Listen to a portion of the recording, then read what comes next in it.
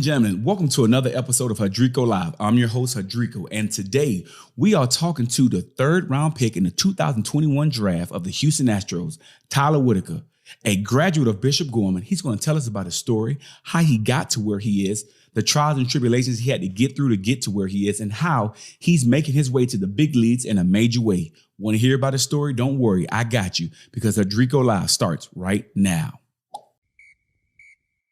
Ladies and gentlemen, welcome to another episode of Hudrico Live.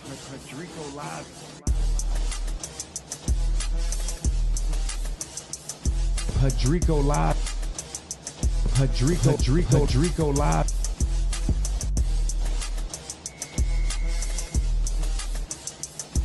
Hudrico Live. Ladies and gentlemen, welcome to another episode of Hudrico Live. Ladies and gentlemen, welcome to another episode of Hudrico Live. I'm your man, Hudrico, and today, listen, man, we going to take me out to the ball game. I don't know everything about baseball, but I know that's like an important song, man. Tyler Whitaker. Tyler, what's going on, man? How you doing? What's going on, man? Thank you for having me. Man, thank you for taking the time to sit down with us. How you doing out here in Vegas, man? I know you back at home with the fam as you getting ready to train, getting ready for another season. Yeah. But how's life treating you? It's amazing, dude. It's I'm living my dream right now. Living I'm your in the dream. off season, but it's everything I'd hoped for, and I couldn't be happier. Definitely good to be able to live your dream. But let's talk about that dream. But before we get to that, you know, it's always good to get to the end of the story. But before we get to the end, we got to go back. Tell us about how you got to this dream. Tell us about your childhood. Tell us what was it like living in Las Vegas? You know, everybody thinks of Las Vegas and everything's about the slots. But you didn't play many slots. You was out there swinging the bat, man. Tell us about how you grew up. Oh no, I don't think I've been to the Strip more than on one hand in my life. So I was always at the baseball field, always at the basketball court, always at the football field. When I was younger, I played a bunch of sports, and my love just went to baseball. I still like basketball and football, but it was always baseball. So who was your favorite player growing up? As you was growing up liking all these different sports, who was the player or baseball player that you wanted to idolize your game after? Yeah, I didn't really pay attention to big league ball until I was probably 12-ish, and that's right when Bryce Harper came onto the scene. So I would have to say Bryce Harper, just because he's from Vegas, young kid, like played with his hair on fire, and that's kind of how I try to play myself. So I'd say Bryce Harper. Bryce Harper. I mean, that's a good name to go after. Now, it has to be cool with a guy like Bryce Harper, and now you're headed in that direction to be able to play with somebody possibly that was one of your idols. That has to be kind of like a sweet moment to think that you could possibly be doing that here in the very near future. Oh, totally. I mean, it's on my fingertips. I just got to go out and take it now. So it's like I'm working hard every day, trying to get better and just keeping at it. So when you go to a school like a Bishop Gorman, who's had many great players like a Joey Gallo or some of these other names that have played for Bishop Gorman, do you feel like when you were going to a school like that, there was pressure on you to become this great baseball player? Or did you just feel like, hey, I'm on my own path, this is what I'm doing, and this is what I'm going to go for? I wouldn't say it's pressure. I would say it's more of like it's a recipe for success. Like Gorman produces athlete after athlete in every sport there is. And I just felt comfortable and I felt at home at Gorman. And props to the entire baseball coaching staff for supporting me and always being there for me. So nothing but great things to say about them. So let's talk about that process. When you were in high school going through this process, when did you start noticing, or what was it like when you first started noticing that these scouts were looking at you and you were saying like, hey, you know what?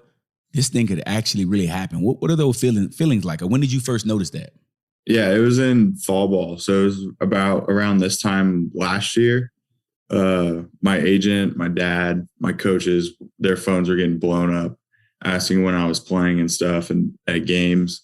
And even my practices, there'd be dozens of scouts with cameras on everything I did, whether it's at shortstop or in the outfield or hitting or whatever. So it was around this time last year. And from that time until the draft, it was nonstop attention and cameras. And it was a blast, to be honest. It was nerve-wracking, but there's nowhere else I'd rather have been in talking about positioning. So So it's like it's like an adrenaline rush to be like, you know what, this yeah. is nerve wracking, but at the same time, I love it. Yeah, 100%. I play I feel like I do really well under pressure, and I mean, pressure of life-changing things happening, and it happens. So, okay, all right. So now let's go to that moment. So that moment comes and you get drafted. Where are you at when you get that call? Take me through the emotions, the feelings. What's happening? What's going on in your head? yeah. So I was at home. It was just me and my parents. The second day of the draft was on a Monday. So it started at 10 a.m. So none of my friends were over. The day before, we had a little get together just in case I were to go in the first round. And I ended up not, but yeah. So the next day I was almost about to call the coach at LSU, Jay Johnson, because that's where I was going to go. And I was about to call him, and then my agent called me and said, the Astros want to take you. And I said, let's do it. So it was a big old wave of emotions for sure. So how does that process work? Because what made you determine to go to the pros instead of going to college? And with baseball, do you have the choice? If you don't get drafted where you want, do you still can say, I don't want to go, I can go to college? Right. How does that work? Yeah. So as a high schooler, you have all the leverage in the draft, because if they don't give you X amount of dollars, then you can say, well, I'm going to college. So I had that decision and everything lined up right. So I took the pro route. Okay. All right. Sounds like a good day. All right. So let's get into it. So you get drafted, you go to the Astros, you get there, everything's going, but this is what everybody always wants to know. It's like that one question. What's the first thing you bought? Everybody like, what's that first magical purchase? Yeah. I got a new car when I got back to Vegas. Okay. What kind of car did you get? Mercedes-Benz. Okay. 2021 or 2022. Yeah. Oh, you went fancy, huh? Yeah. Okay, I don't blame luxurious. you. I don't blame you. So let me ask you this. What part of your game are you currently working on? Like, I know we always striving to get better. And I know you moved from the outfield and now you're playing in the infield. So how has that changed? So what are you working on now to get better in that? Right. So when I was younger, actually, I grew up playing shortstop my whole life. This last year, I started playing more outfield. I got drafted as an outfielder. But now that I'm in the system, it's like they want me doing everything. So I'm back on the dirt. I'm in the outfield too. Like when I was in Florida, the games I'd play in, it'd be half in the infield, half in the outfield, just to kind of get the reps in and stuff.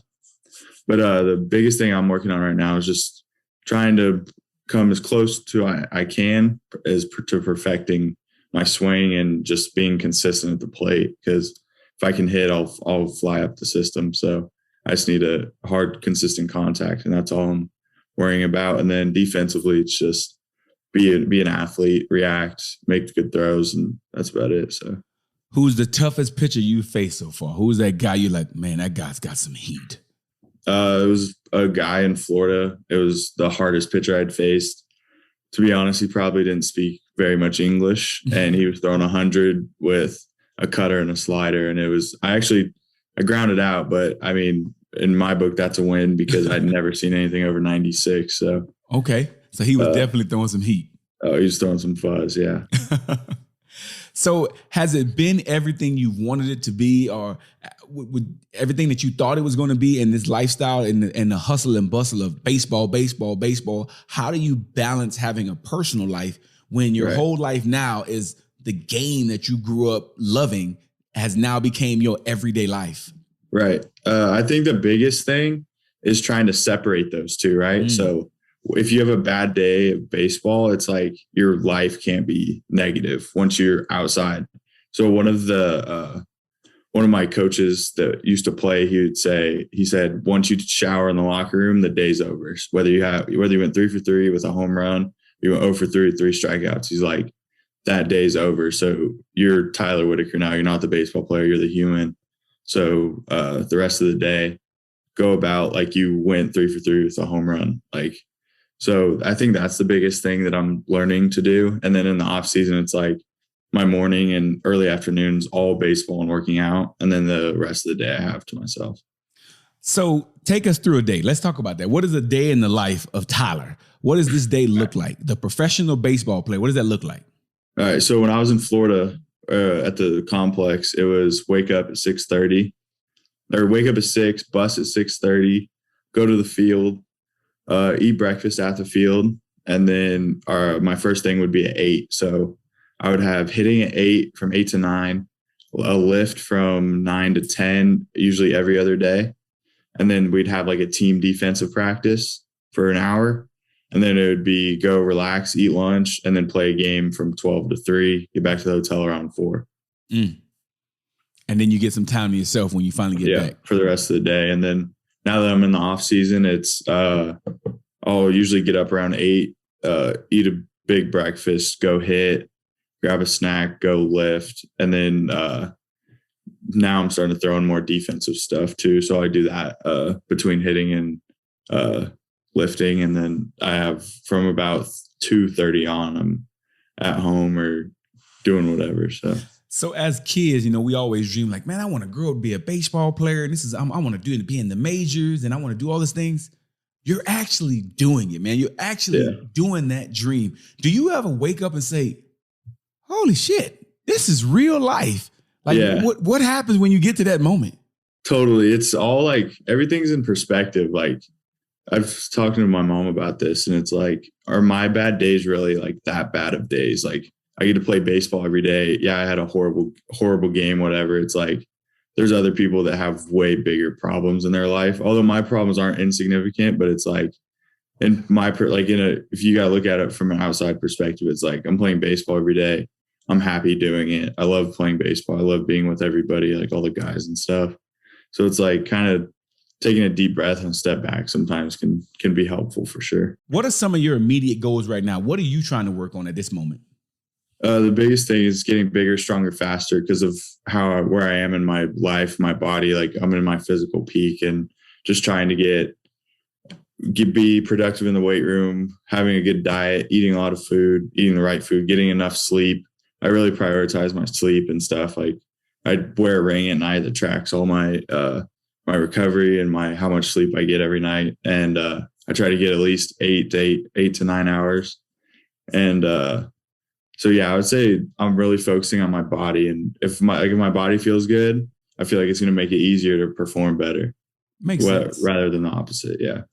So let's take this to an advice standpoint, because now you are, listen, whether you want it to be or not, you're a role model. You're going to have kids looking up to you. I'm pretty sure you probably started signing autographs. But what was that like? The first time some little kid came to you and said, hey, can you sign my autograph? What was the feeling? What was that feeling like? It was surreal. I mean, when I went to go sign in Houston, I was at the actual stadium and I got to go on the field with my family. And while I was walking off, a bunch of kids came up with their ball and their pen. And I was like, holy crap, this is insane. And it's like, I'm just me, you know what I mean? So it's like, I don't really think that much of it, but to like a kid that has heard about me or whatever, what have you. So, I mean, doing it, like, I'm never going to say no to an autograph, especially to a little kid. Cause it's like, I was a little kid once and I wanted somebody's autograph. So I'm never going to say no. Well, that's dope about you. What advice would you give young high school players who are trying to get to where you are? Something that if you wish you knew when you were younger, or what would you tell them as they try to reach the levels that you've got to now? Don't worry about what everybody else is doing. Focus on what you need to do to get better. Be a team player. Be a really good teammate, and good things come back to you. Just that simple. All right. So who are some of your current mentors in the game? Do you get mentorship from older players where you're at now? Or what is your main goal, or when do you expect for yourself to make your debut in the show? Yeah.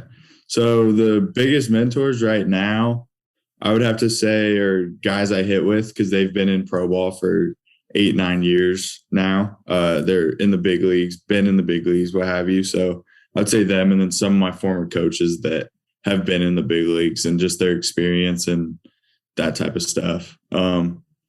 For my debut as soon as possible, I want to get up there. I want to be ready. Like, it's my dream to, like, I tackled one step of my dream. Now it's time to tackle the next.